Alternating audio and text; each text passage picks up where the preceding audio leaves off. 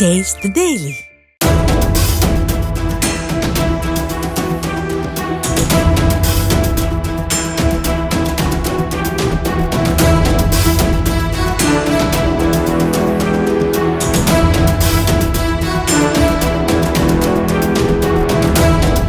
கோயம்புத்தூர் சூலூர் அருகே எல்என்டி புறவழிச்சாலை பகுதியில் container lorry கவிழ்ந்து விபத்துக்குள்ளானது.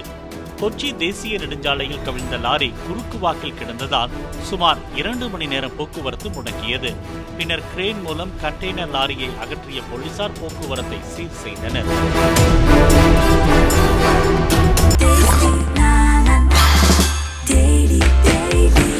Taste the Daily.